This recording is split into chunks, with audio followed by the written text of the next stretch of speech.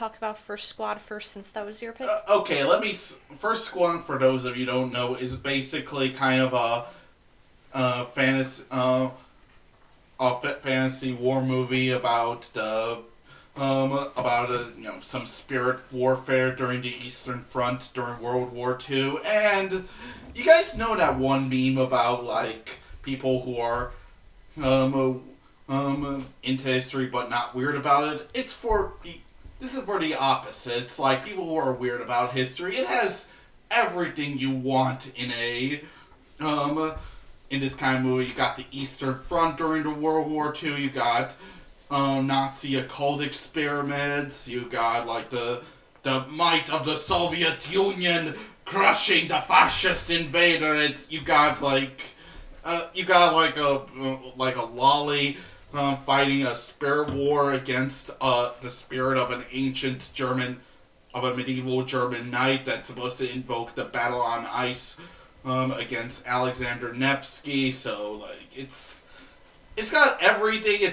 Even though it has some issues, it just got my blood boiling. And this movie is basically prime Sabaton AMV material, like into the fatherland, the German army marched. Yeah. Didn't you say that's how you found out about this movie? Yeah. Yeah.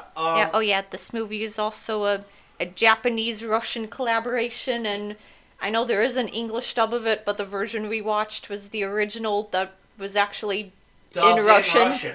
Which, to be honest, I think this movie is played on repeat in Vladimir Putin's office. So okay, so I've had a lot of thoughts about First Squad because when I watched it, it was probably, even though I don't think it was the best thing that we watched that day, I do think it was the most interesting thing that we watched, and I was trying to find a similar parallel to it, and the closest thing that I could find was the Zack Snyder film Sucker Punch. And rewatching Sucker Punch, I actually found a lot of similarities between that movie and First Squad. There's actually, like, the main protagonist is a blonde-haired teenager who wields a samurai sword.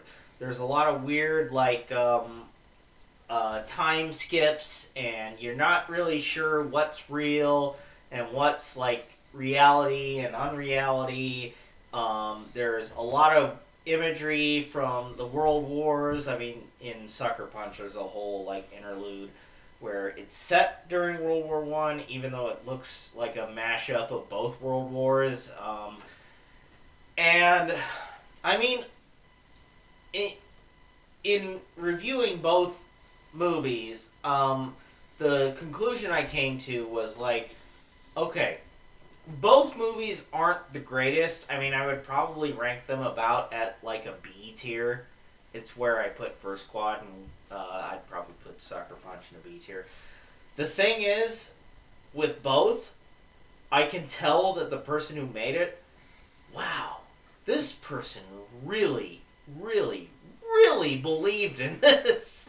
You know what I mean? Like, someone really thought that they were telling like a really deep, profound story about, and not even like in a pretentious way, like, oh, I'm gonna explode. No, like they really believed like this was gonna be a great story and tried to do the story justice. Zack Snyder obviously had the resources to make a really stylized, slickly produced film.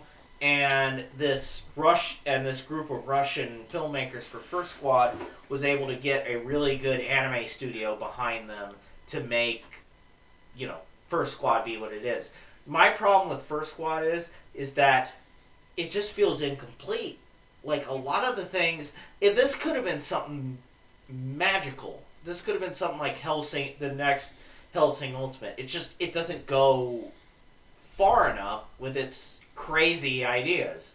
I mean, if anything, another problem is that it just kind of repeats itself at times. It just... Yeah.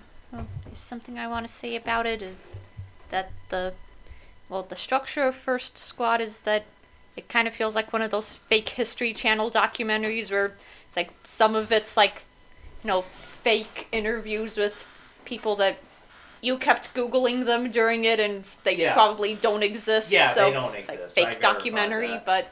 and it's like half of it's that and half of it's Russian anime. Ah. But yeah, it reminds you of like Ancient Aliens and other fake History Channel documentaries Yeah. and stuff. But And yeah, Yeah, And- like Cleopatra.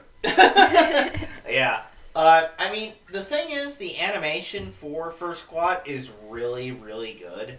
Like, the animation is really beautiful, and the character designs are good. I even joked that they look like rejected Attack on Titan character designs. And the concepts and ideas that they put forward are good.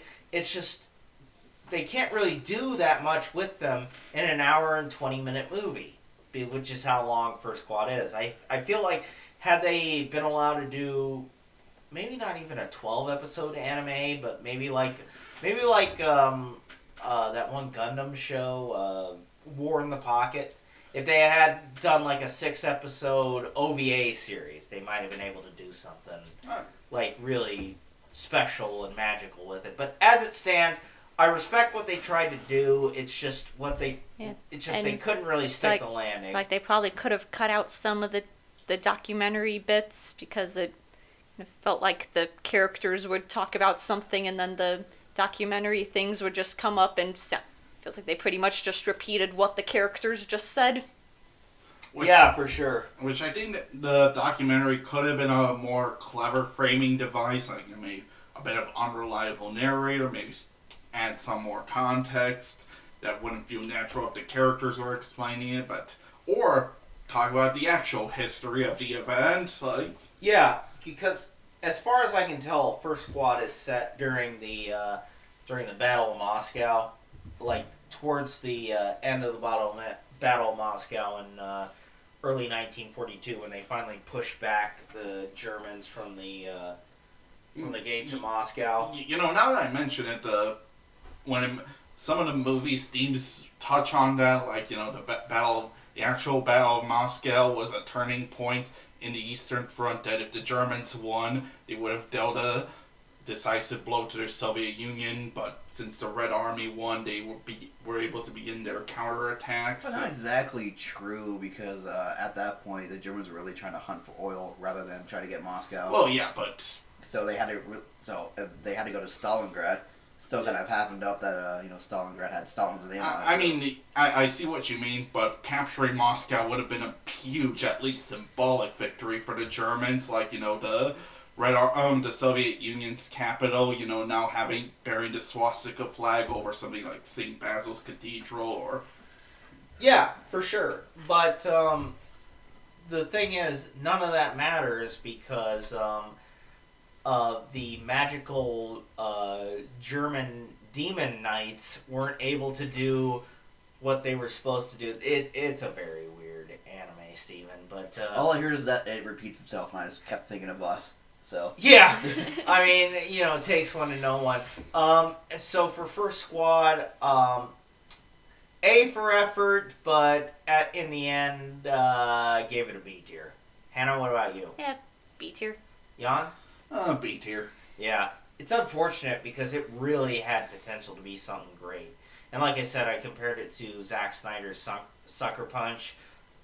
Definitely something that the creators believed in. It's just they couldn't make their full vision come to full fruition. Or, maybe their original vision wasn't that great to begin with. We may never know, but